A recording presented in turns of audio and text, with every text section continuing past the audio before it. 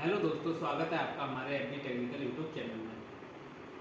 तो आज का हमारा जो टॉपिक है, आज सिंगल डोर का जो फ्रिज है, हमारा सिंगल डोर का फ्रिज उसके ऊपर है, जो कि हम आपको विस्तार के साथ बताएंगे कि इस फ्रिज के अंदर लगे हुए जितने भी पार्ट्स हैं उनका क्या क्या कार्य होता है, यानी कि फ्रिज किस प्रकार से हमारा कार्य करता है, हम आपको जो कूलिंग प्राप्त होती है वो किस किस पार्ट्स लगने के कारण हमको कूलिंग मिलती है, यानी कि फ्रिज के अंदर, यानी कि फ्रिज का पूरा से सेटअप दिखाएंगे आपको, किस किस पार्ट्स का क्या क्या कार्य है, किस किस पार्ट्स का क्या क्या नाम है और उन पार्ट्स को खराब होने पर क्या क्या हमको दिक्कत आती है। तो इस सब के बारे में हमारा वीडियो होगा, जो कि आप हमारे वीडियो को देख कर पूरे फ्रिज को बड़ी आसानी के साथ समझ सकते हैं। तो चलिए हम वीडियो को स्टार्ट करते हैं। तो देखिए, ये है हमारे पास एक एलजी कंपनी का सिंगल डोर फ्रिज, यानी कि एलजी कंपनी का फ्रिज है जो कि सिंगल डोर फ्रिज है। इस फ्रिज के अंदर एक दरवाजा होता है, जो कि एक दरवाजा होता है, इसीलिए हम इसको सिंगल डोर फ्रिज बोलते हैं। डबल डोर फ्रिज में दो दरवाजे देखने को मिलेंगे आपको, सिंगल डोर फ्रिज में एक दरवाजा देखने को मिलेगा। तो ये सिंगल डोर फ्रिज है जो कि हमारा 180 से लेकर 190 लीटर की कूलिंग कैपेसिटी के साथ है। इस फ्रिज के अंदर जो उपकरण लगे हुए हैं, तो सबसे महत्वपूर्ण उपकरण है, यानी कि इसका पार्ट है, वो है इसका कंप्रेसर। तो कंप्रेसर फ्रिज के अंदर जो कंप्रेसर लगा हुआ होता है, वो कंप्रेसर हमारा फ्रिज की बैक साइड में, इस प्रकार से जब हम फ्रिज की बैक साइड में आएंगे तो बैक साइड में सबसे नीचे जो हमारा होगा वो होगा हमारा कंप्रेसर। इस प्रकार का एक कंप्रेसर होता है जो कि एक सिलेंडर नामा होता है। ये कंप्रेसर का कार्य होता है गैस को पंप करके एक स्थान से दूसरे स्थान भेजना, यानी कि इसके अंदर एक मोटर लगा हुआ होता है। उस मोटर के द्वारा इसके अंदर जो मोटर है वो जब हम इसमें इलेक्ट्रिसिटी देते हैं, उसके बाद जब मोटर घूमता है तो गैस को प्रेशर के साथ, यानी कि इस वाली लाइन से ये हमारी गैस को डिस्चार्ज करता है। इसका कार्य सिर्फ इतना ही होता है कि एक स्थान से दूसरे स्थान को गैस को ट्रांसफर करना, जो कि हमारा पंपिंग के साथ करता है। तो ये एक तरह से देखा जाए तो ये फ्रिज का हार्ड हुआ। उसके बाद हमारा फ्रिज के अंदर, इस कंप्रेसर के अंदर ये जुड़ा हुआ होता है कंडेंसर कॉइल, यानी कि ये आप देख पा रहे हैं जो जाली टाइप का है, ये हमारा कंडेंसर कॉइल है, जो कि हमारे घुमावदार पाइपों से बना हुआ होता है। इसमें जितनी बार ये जो पाइप आपको दिख रही है, ये घूम घूम कर जो पाइप आ रही है वो एक ही पाइप है, यानी कि इसको घुमा के इसके अंदर बनाया गया है, एक पाइप को घुमा करके बना गया है। इस कंडेंसर कॉइल का कार्य होता है कि जो हमारे कंप्रेसर से जो गैस आई है, यानी कंप्रेसर से जो हमारी गैस निकलती है वो high pressure high temperature gas निकलती है, जो कि हमारा जो कंडेंसर कॉइल है ये उस गैस को घुमा घुमा करके, यानी कि हमारा जो नॉर्मल टेम्परेचर होता है उसमें कन्वर्ट करता है। यानी कि जैसे हमारे high pressure high temperature gas इसके अंदर आई, तो जैसे जैसे हमारी गैस घूमेगी वैसे वैसे ही हमारे गैस का टेम्परेचर जो होगा वो स्लो होगा, और उसके बाद हमारी जो गैस होगी हल्का सा प्रेशर भी उसका डाउन हो जाएगा। यानी कि इस कंडेंसर कॉइल का जो एक सिरा होता है वो हमारा कंप्रेसर से जुड़ा हुआ है, यहाँ से आप देख पा रहे होंगे ये। उसके बाद जो कंडेंसर का आउटपुट है उसमें एक हमारा फिल्टर लगा हुआ होता है। इस प्रकार का ये फिल्टर है, ये हमारा कॉपर का बना हुआ होता है, इसको हम ड्राई फिल्टर बोलते हैं, जो कि हमारे इस कंडेंसर कॉइल में जब हमारी गैस घूमती है तो उस गैस के अंदर कोई कचरा, हल्का फुल्का कचरा है या फिर कोई, यानी कि ऐसा मॉइस्चर है, उसको रोक लेता है और हमारी गैस को छानने का कार्य करता है। इसका मुख्य कारण गैस को छान करके शुद्ध करना होता है, जो कि हल्की फुल्की नमी होने का, इसमें सिलिकॉन की गोलियां होती है जो कि नमी को शोषित कर लेती हैं। उसके बाद हमारे फ्रिज का हमारा कंप्रेसर हो गया, कंडेंसर कॉइल हो गया, और उसके बाद हमारा फिल्टर, यानी कि तीन चीज़ें हमने देखी। कंडेंसर कॉइल में जो आउटपुट में फिल्टर लगा हुआ, वहाँ से ही एक पतली सी पाइप जुड़ी हुई होती है, आप देख रहे होंगे जो कंडेंसर कॉइल में आउटपुट में जो जुड़ा हुआ है हमारा फिल्टर, उसमें से ही एक पतली सी पाइप जुड़ी है, जिसको बोलते हैं हम कैपिलरी। ये आप देख रहे होंगे, ये हमने हर फ्रिज के अंदर आपको बैक साइड में मिलेगी। ये बहुत पतली सी कॉपर की पाइप होती है, ट्यूब, इसको हम कैपिलरी ट्यूब बोलते हैं। ये यहाँ तक थोड़ी सी आपको देखने को मिलेंगी, बाकी ये हमारे फ्रिज के अंदर बॉडी में, यानी कि अंदर होकर के हमारे एवापोरेटर तक जाती है। आपको पीछे इस तरह से देखने को मिलेगी, जो कि कॉपर की बहुत पतली सी वायर होती है। ये पाइप होती है, कहने का मतलब, देखने में आपको वायर लगेगी, दरअसल ये होती पाइप है, यानी कि फिल्टर्स के आउटपुट में जुड़ी होती है। इसका कार्य होता है कैपिलरी का, जो हमारा प्रेशर आया कंडेंसर से फिल्टर में, फिल्टर से, यानी कि हमारा जो प्रेशर को, जो यहाँ हमारा प्रेशर नॉर्मल हुआ, यानी कि इसमें थोड़ा सा कम हुआ था, उसके बाद हमारा जो प्रेशर को कंट्रोल भी करती है हमारी कैपिलरी भी, प्रेशर को एक तरह से कंट्रोल करके एवापोरेटर तक इसको पहुंचाती है। अब हमने पीछे फ्रिज के बैक साइड में लगे हुए जितने बार उपकरण उसके बारे में बताया। पहला लगा हुआ हमारा कंप्रेसर, उसके बाद कंडेंसर कॉइल के बाद हमारा फिल्टर और फिल्टर के बाद कैपिलरी ट्यूब। तो इतना चीज़ें आपको पीछे हमारे देखने को मिलेंगी जो कि हमारी मैकेनिकल चीज़ें हैं। और हमारा जो कंप्रेसर है ये मैकेनिकल और इलेक्ट्रिकल यानी कि दोनों सिस्टमों में आता है, क्योंकि इसके अंदर एक मोटर भी लगी हुई है जो कि आप देख रहे होंगे। इस कंप्रेसर के अंदर ये हमारे लिए यानी कि इलेक्ट्रिसिटी देने के लिए 3 पॉइंट भी बने हुए होते हैं। यहाँ हम रिले OLP लगा करके इसको चलाते हैं। इसके अंदर एक रिले लगती है और एक OLP, उसके बाद हमारे आप देख रहे होंगे इस प्रकार से वायर हैं जो कि हमारे एक रिले में एक OLP में लग जाएगा। ये फेस न्यूट्रल के वायर है। तो इस तरह से वो भी हम आपको बताएंगे किस प्रकार से इसमें OLP लगाते हैं। तो चलिए आप देखते हैं इसके अंदर क्या क्या पार्ट्स लगे हुए होते हैं।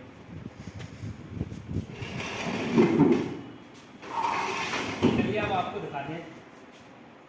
तो हम जब फ्रिज का दरवाजा खोलेंगे तो सबसे ऊपर जो फ्रिज के अंदर होता है ये हमारा होता है फ्रीजर, जिसमें हम बर्फ वगैरह जमाते हैं। यानी कि सबसे ज़्यादा अधिक कूलिंग जो फ्रिज के अंदर होगी वो इस फ्रीजर के अंदर होगी, जो कि यहाँ एक गेट लगा हुआ होता है जो कि इसका किसी कारणवश टूट गया है, इसमें है नहीं।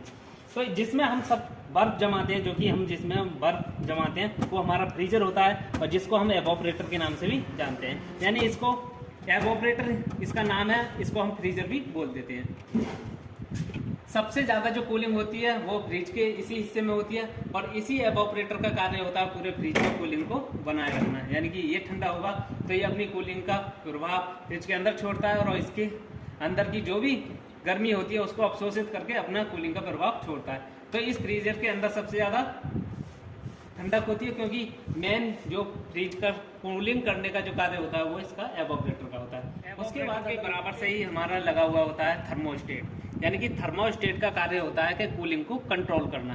ये हमारा थर्मोस्टेट है, हमको जितनी कूलिंग फ्रिज के अंदर चाहिए हम यहाँ से सेट कर सकते हैं। ये हमारा थर्मोस्टेट है जो कि इसमें नंबर दिए हुए हैं 1 2 3 4 5 6 7, यानी कि 7 तक हमारा कूलिंग कैपेसिटी इसको हम घटा सकते हैं और बढ़ा सकते हैं। यानी कि हमको अधिक कूलिंग चाहिए तो हम इसको 6 से लेके 7 नंबर पर कर सकते हैं। अगर हमको कूलिंग कम चाहिए तो हम इसको 4 या 3 या 2 या 1 यानी कि किसी भी नंबर पर हम कर सकते हैं। जितनी कूलिंग की आवश्यकता अगर हमको है हम अपने इच्छा अनुसार इसमें कूलिंग को कंट्रोल कर सकते हैं। तो ये कार्य होता है थर्मोस्टेट का, जो कि यानी कि एवोपरेटर के बिल्कुल जस्ट बराबर से लगा हुआ होता है। ये हमारा फ्रिज के अंदर आवश्यकता से अधिक कूलिंग आने पर कंप्रेसर को बंद करता है और हमारी कूलिंग को कंट्रोल करता है। अगर ये किसी कारणवश खराब हो जाए तो हमारा फ्रिज कूलिंग आवश्यकता से अधिक करना स्टार्ट कर देगा या फिर हमारी ज़रूरत से कम कूलिंग करेगा। अगर ये किसी कारणवश अगर 7 नंबर पर जाकर ये खराब हो जाए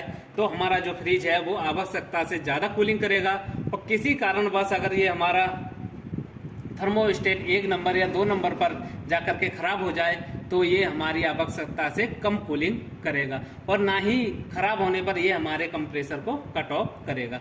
तो आज सीधा सा आप समझिए कि अगर हमारा थर्मोस्टेट खराब होता है तो हमारे फ्रिज के अंदर आवश्यकता से ज़्यादा कूलिंग हमको प्राप्त होगी, जो कि हमारे फ्रिज के अंदर जितना बार हमारा सामान रखा हुआ होगा, जैसे दूध हो गया या पानी हो गया या अन्य कोई भी चीज़ है, वो हमारी आवश्यकता से ज़्यादा ठंडी हो जाएगी और हमको कूलिंग अधिक प्राप्त होने लगेगी जब हमारा थर्मोस्टेट खराब हो जाएगा।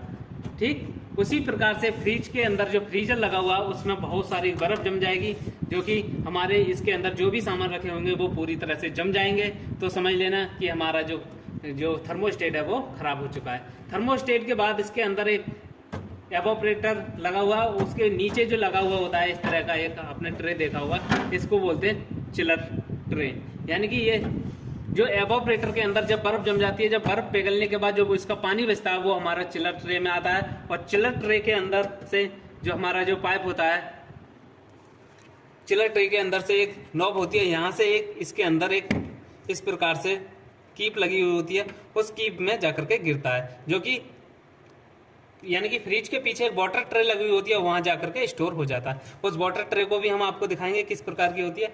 यानी कि जो एवोपरेटर के अंदर बर्फ जमने पर जो पानी इकट्ठा हो जाता है, यानी कि जब बर्फ इसके अंदर जम जाती है, जब लाइट जाने पर या हम लोग फ्रिज को बंद कर देते हैं उस प्रकार से, तो उसके बाद जो पानी बनता है वो हमारे चिलर ट्रे में जाता है। चिलर ट्रे से हमारा पानी जो जाता है वो यहाँ पर एक कीप लगी होती है उसके अंदर गिर जाता है, जिस कीप के माध्यम से इस फ्रिज के अंदर एक पाइप डली होती है, उस पाइप में होकर के हमारे वाटर ट्रे में नीचे जाकर के वो गिर जाता है, जो कि हमारे फ्रिज के पीछे स्टोर हो जाता है। इस प्रकार के 2 जाल लगे होते हैं जिसमें हम अपने सामान को रख सकते हैं, जो कि हमारे फल फ्रूट हैं या हमारा सब्जी है, जो भी आप इसमें रखना चाहें उसके लिए जगह रहती है। यहाँ पर एक सब्जी के लिए या किसी भी चीज़ के लिए एक टब भी इसके अंदर रहता है। और उसके बाद हमारा आता है इसके अंदर डोर स्विच, यानी कि इसके अंदर हमारा एक बल्ब लगा हुआ होता है फ्रिज के अंदर, उसको जलाने और बुझाने का कार्य होता है इस डोर स्विच का।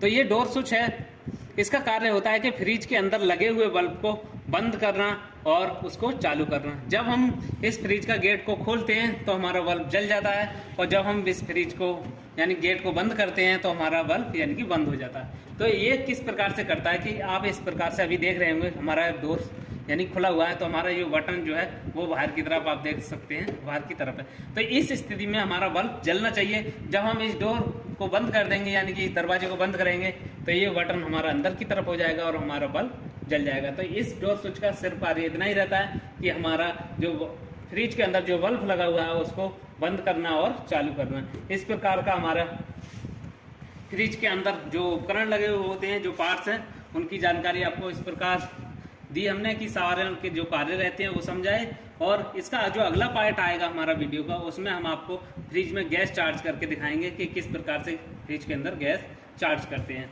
अब समझते हैं कि फ्रिज में कोई दिक्कत आई तो हम कैसे फाइंड आउट करें कि हमारे फ्रिज में क्या खराबी है। अगर आपके फ्रिज में आवश्यकता से ज़्यादा कूलिंग आ रही है, यानी कि कहने का मतलब है कि आवश्यकता से अगर कूलिंग ज़्यादा आ रही है तो आप समझ सकते हैं कि हमारे फ्रिज का ये थर्मोस्टेट खराब हो चुका है, या हमारे फ्रिज के अंदर कूलिंग आवश्यकता से ज़्यादा आ रही है किसी कारण से। तो एक और चीज़ होती है कि उस कारण से भी कूलिंग ज़्यादा आ सकती है कि इस फ्रिज के अंदर जो वाटर ट्रे होती है उसको आप निकाल करके बाहर कर दीजिए, और उसके नीचे देखिए कि जो हमारा एवापोरेटर है उसके नीचे एक पाइप सा लगा हुआ होता है। अगर ये पाइप हमारे एवापोरेटर से टच नहीं है, ये पाइप जो है आप देख रहे होंगे, ये अगर हमारा एवापोरेटर से टच नहीं है तो भी हमारे फ्रिज के अंदर आवश्यकता से ज़्यादा कूलिंग आएगी। अगर ये पाइप हमारे एवापोरेटर से टच है और आवश्यकता से ज़्यादा कूलिंग आ रही है तो 100% आपका थर्मोस्टेट खराब है। अगर ये पूंछ टच नहीं है और तो भी हमको आवश्यकता से ज़्यादा कूलिंग प्राप्त हो सकती है। तो इस पाइप को, यानी कि जो आप देख रहे होंगे, इस पाइप को भी आप एक बार देख लें अपने फ्रिज के अंदर। अगर कूलिंग ज़्यादा प्राप्त हो रही है तो उसके बाद आप किसी भी मिस्त्री को बुला सकते हैं। अगर किसी कारणवश आपके फ्रिज के अंदर कूलिंग रुक रुक के प्राप्त हो रही है, यानी कि आधे घंटे तक कूलिंग करता है, उसके बाद कूलिंग हमारी बंद हो जाती है, तो इस स्थिति में हो सकता है कि हमारे यहाँ वोल्टेज का इशू हो। अगर वोल्टेज का इशू नहीं है तो आपका फ्रिज हो सकता है कि चोक हो गया होगा। यानी कि चोकिंग का कारण होता है कि मतलब फ्रिज के जो पीछे बैक साइड में लगा हुआ जो कंडेंसर कॉइल है, घुमावदार जिसमें पाइप है, उसके अंदर कोई भी यानी कि कचरा फंस गया होगा, जिस वजह से हमारा फ्रिज चोक हो जाता है, जो कभी कभार कूलिंग करता है और कभी कभार कूलिंग नहीं करता है। अगर किसी कारणवश से हमारा फ्रिज चल नहीं रहा, हो सकता है कि आज चल रहा था, कल हमने जैसे लगाया तो मतलब एक दिन बाद हमने जब उसको लगाया तो वो नहीं चला, तो हो सकता है कि हमारा फ्रिज का कोई वायर डैमेज हो, या फिर हमारे फ्रिज के पीछे जो लगा हुआ कंप्रेसर है वो स्टार्ट नहीं हो रहा हो, तो उसके भी कई सारे रीजन रहते हैं। तो इन सब के बारे में हम डिटेल में आपको वीडियो बनाएंगे, जो अगला पार्ट बनाएंगे, उसमें जो हम फ्रिज का संपूर्ण यानी कि इलेक्ट्रिक सिस्टम है, जिन जिन भागों में इलेक्ट्रिसिटी दी जाती है उनके बारे में बात होगी, और संपूर्ण जो मैकेनिकल सिस्टम है उसमें किस प्रकार से गैस को चार्ज किया जाता है उसके सारे बारे में जानकारी मिलेगी आपको, और संपूर्ण एक एक पॉइंट करके आपको बताएंगे, और गैस भर के दिखाएंगे आपको किस प्रकार से फ्रिज के अंदर गैस भरी जाती है। तो चलिए, अब जो फ्रिज की जो बैक साइड में जो वाटर ट्रे हमने बताया था आपको किस प्रकार का वाटर ट्रे रहता है, तो ये इस प्रकार का एक वाटर ट्रे होता है जो कि हमारे फ्रिज के पीछे इस तरह से खिंचा हुआ होता है। तो इस वाटर ट्रे में जो अंदर से एवापोरेटर में जो बर्फ का पानी बन जाता है वो चिलर ट्रे में आता है। चिलर ट्रे से उसमें लगा हुआ एक कीप रहता है, उसके माध्यम से इसके अंदर एक पाइप आता है अंडरग्राउंड, उस पाइप के माध्यम से इस यानी कि ट्रे में इकट्ठा हो जाता है, जो कि हमारा इस ट्रे के अंदर पानी आ जाए, जो कि हमारे घर में रहने वाले चूहे वगैरह इसको ख़त्म कर देते हैं। और अगर ये किसी कारण से किसी के घर में चूहे नहीं है तो ये कभी कभार देखा होगा आपके फर्श पर पानी आ जाता है, तो इस वाटर ट्रे को भरने के कारण वो फर्श पर पानी आ जाता है। तो इस प्रकार से हमारा ये वीडियो था, जो कि सिंगल डोर फ्रिज में जितने बल लगे हुए उपकरणों के बारे में था। और अब हम आपको बताते हैं कि अब जो हमारा अगला जो पार्ट आएगा वो इसके अंदर गैस भरने का होगा, और इसके अंदर जो इलेक्ट्रिसिटी दी जाती है उन पार्ट्सों के बारे में संपूर्ण जानकारी आपको मिलेगी, और जीरो नॉलेज से, बिल्कुल जीरो से आपको बताएंगे, जिससे आपकी समझने में कोई भी दिक्कत ना हो। तो चलिए मिलते हैं किसी अन्य वीडियो में, तब तक के लिए राम राम और जय हिंद, जय भारत। अपना ख्याल रखिए। हमारे YouTube चैनल पर अगर नए आए हो तो हमको सपोर्ट करिए, और वीडियो अच्छा लगे तो लाइक करें, कमेंट करें, और जिस भी टॉपिक पर अगर वीडियो चाहिए तो आप कमेंट में बता सकते हैं। और एक महत्वपूर्ण जानकारी आपको बता दें कि अगर आपको किसी इलेक्ट्रिक से संबंधित कोई भी अगर आपको काम सीखना है, जैसे हाउस वायरिंग हो गया, मोटर वाइंडिंग हो गया, फ्रिज का हो गया, वाटर कूलर है, वॉशिंग मशीन है, RO है, गीजर है, इन सब का अगर आपको काम सीखना है तो आप हमसे संपर्क करते सकते हैं। जो हमारे वीडियो में दिया गया कोर्स इंक्वायरी नंबर है उस पर कॉल करके कोर्स के बारे में जानकारी ले सकते हैं, किस प्रकार से कोर्स है और उसका क्या क्या, यानी कि किस किस प्रकार से किया जाता है। और जो हमारे यहाँ